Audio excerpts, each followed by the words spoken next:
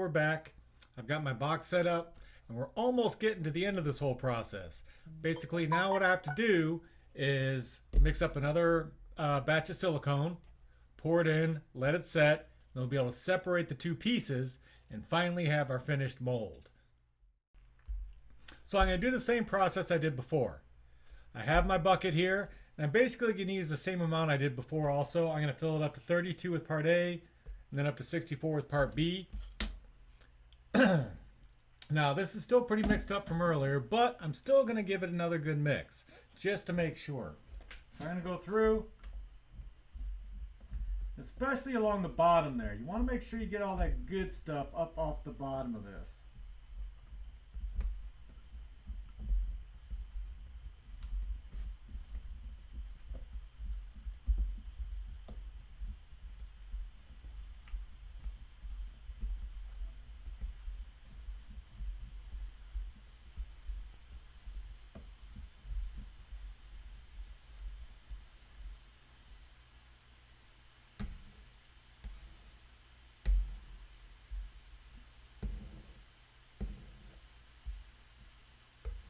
Also, quick reminder, always make sure you use a different stick for each part. You never want to accidentally mix your part A and your part B in the buckets. So I'm going to go ahead and grab this, and I'm going to go ahead and fill it up to that 32 ounce.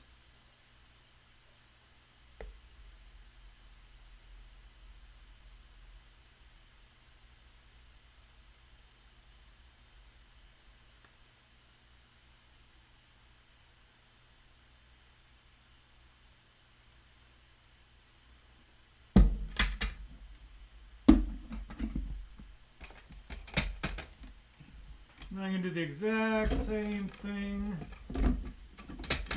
with my other part. Come on.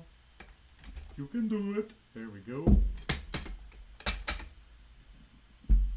So I'm still using the mold star. Now I'm going to work with my part A. New stick.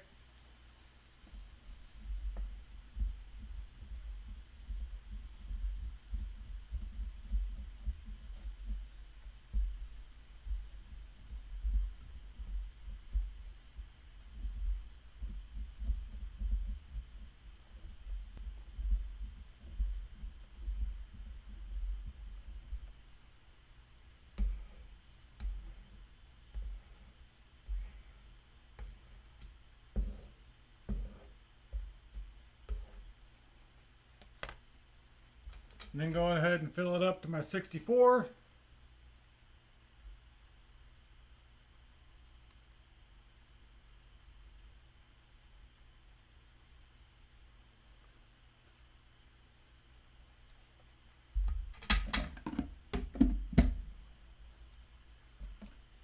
And then I can go ahead and start mixing.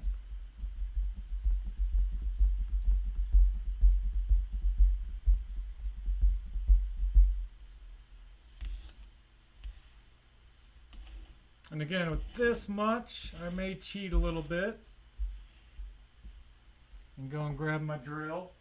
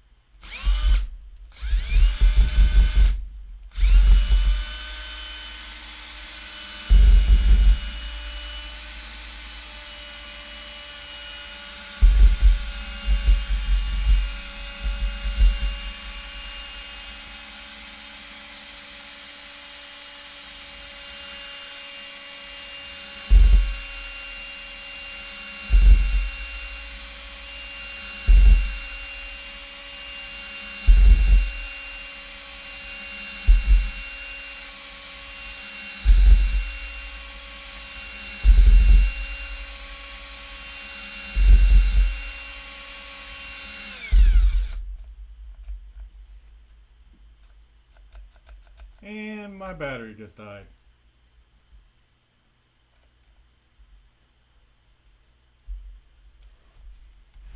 So I am going to switch it out real quick. Luckily I have a backup battery. Get that off. There we go.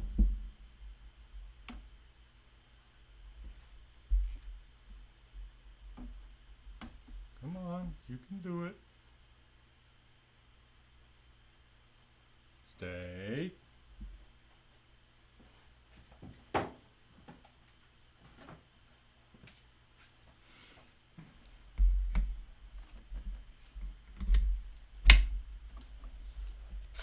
And I'm back in business.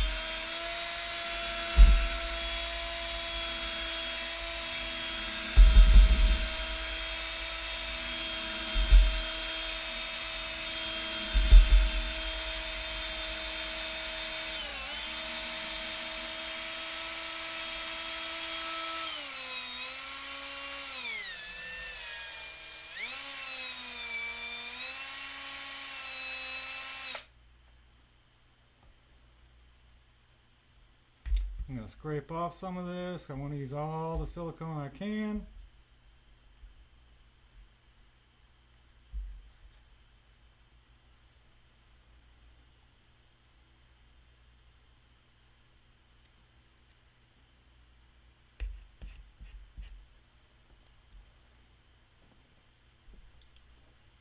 Set this guy aside.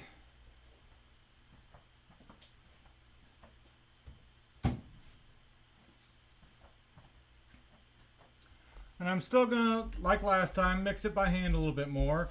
So I want to make sure I get all along the sides good.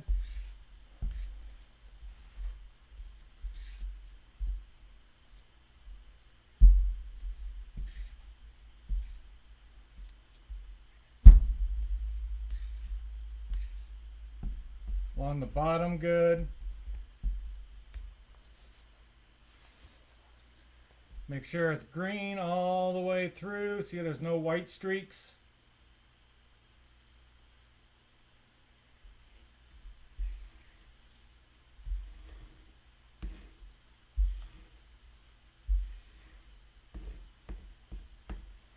And then we can go ahead and start pouring.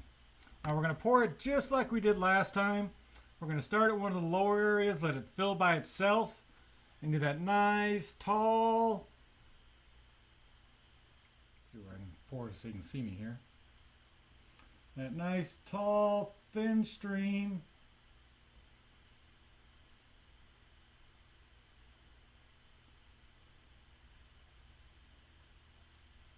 To break that surface tension.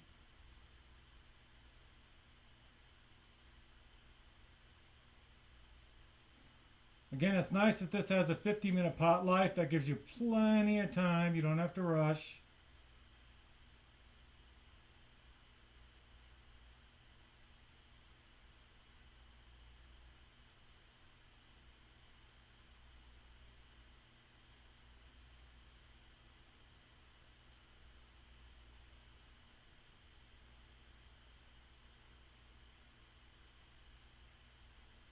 I'm just going to let this guy fill itself up as it wants to.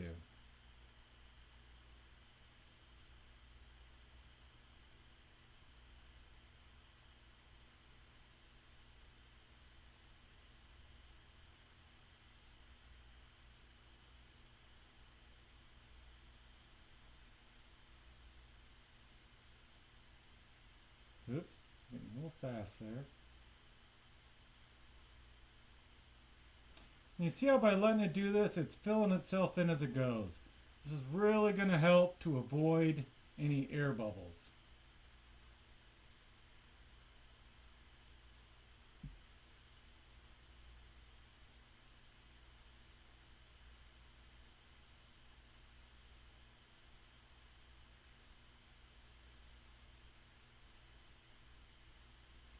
And you'll notice with the keys being up instead of down here, we're not even getting those little air bubbles like we did when we poured the first half. That was just a little bit of air trapped in those key pockets. But you can see the difference now as I'm pouring the other half.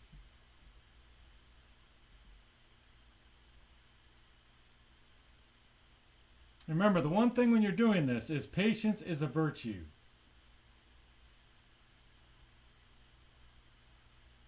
Nothing like rushing and getting a big old air bubble right next to your model and having a mold that you're going to have to repair every single time you cast it.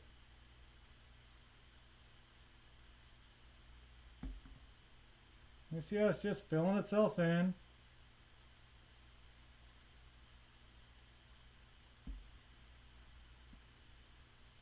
Now I also have my little tin of all my scraps, so I can use that as a little filler.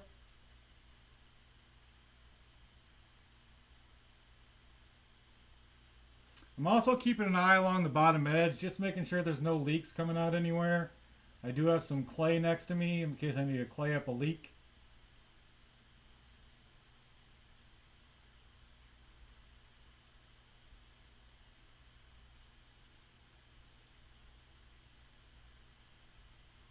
And we're just pouring and pouring. Da, da, da, da, da, da, da, da, da, da.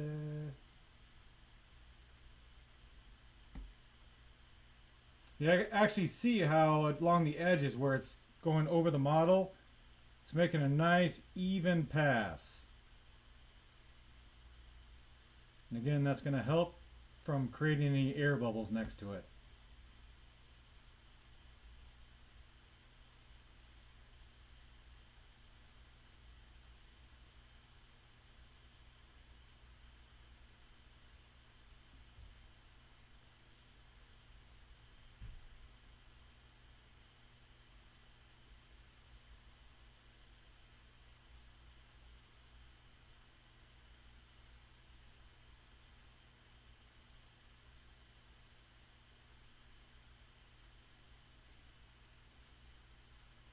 We're just about to start finish covering up the model.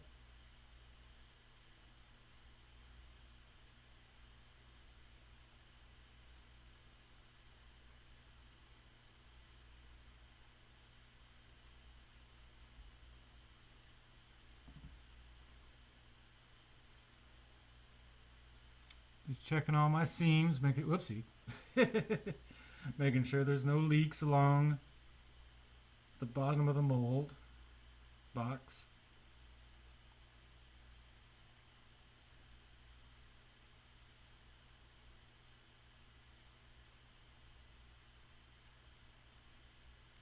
And it's almost gone.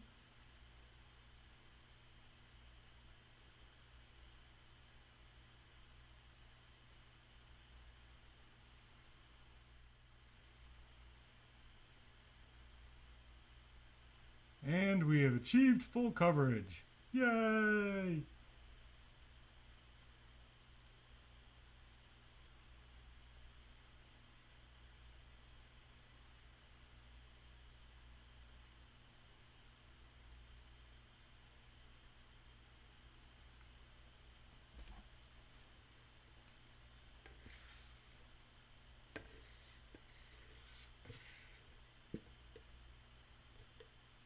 Now, like I mentioned, we were pouring the first half. This is a nice slow setting, so I don't have to worry too much about getting any bulges.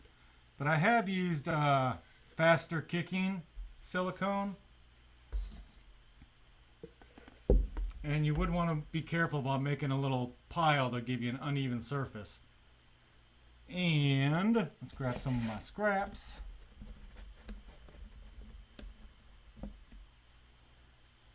Blook. Blook.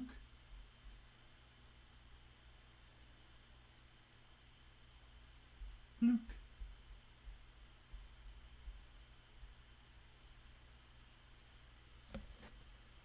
Now I'm going to use a little bit smaller scraps this time because of those keys sticking up. Because I don't want these to be bulging and popping out either. Now I'm going to mix up just a little bit more. Last time I mixed up a little bit too much. And also sometimes what I'll do is I will take something to see how exactly deep that is. So that's a little bit more, just to be safe. At this stage, I don't want to be stingy and have a really thin mold, because I've already used a lot of silicone here.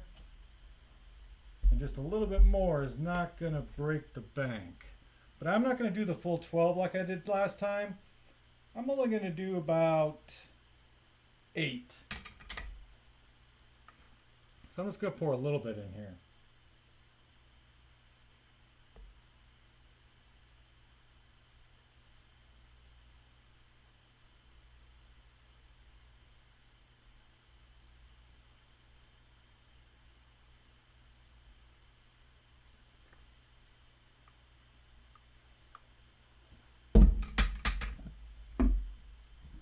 And this is just to make sure I get nice even coverage throughout.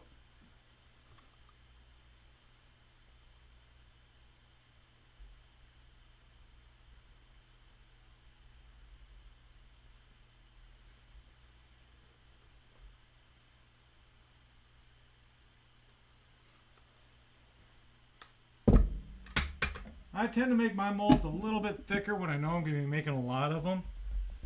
You could probably get away with a little thinner molds, but like I said, after doing all this work to make sure that you have your model looking awesome,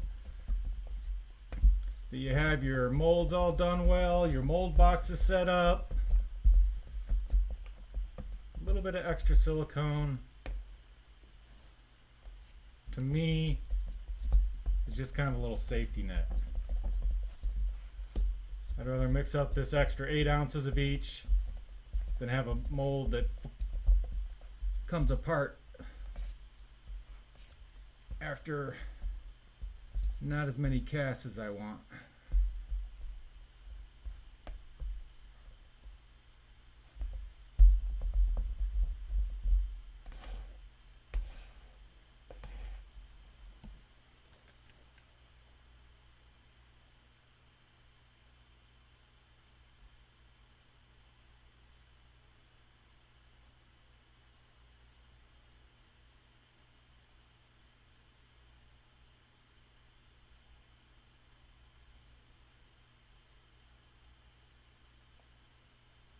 See, just a little bit extra just to make sure.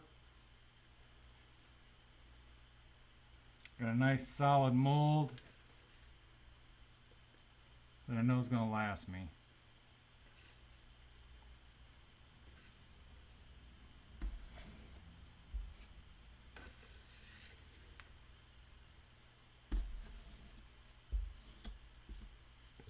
There we go. I'll put this aside.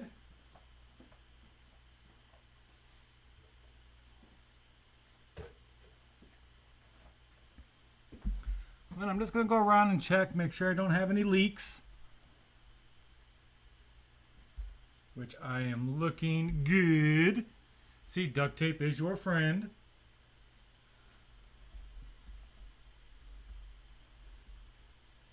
And then we'll go ahead and let this set up, and then we'll be able to do the big reveal when you actually separate your two molds and pray to the molding gods.